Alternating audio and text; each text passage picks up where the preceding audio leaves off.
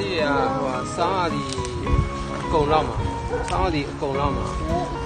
မကုန်ခင်ပေါ့စားရသည်လေကြော်လောက်ဆိုရင်စားဆိုင်တယ်စားပြီးတော့သူကအဲ့ချင်းသူတီးတယ်တီးပြီးတော့စားပြီးတော့အခု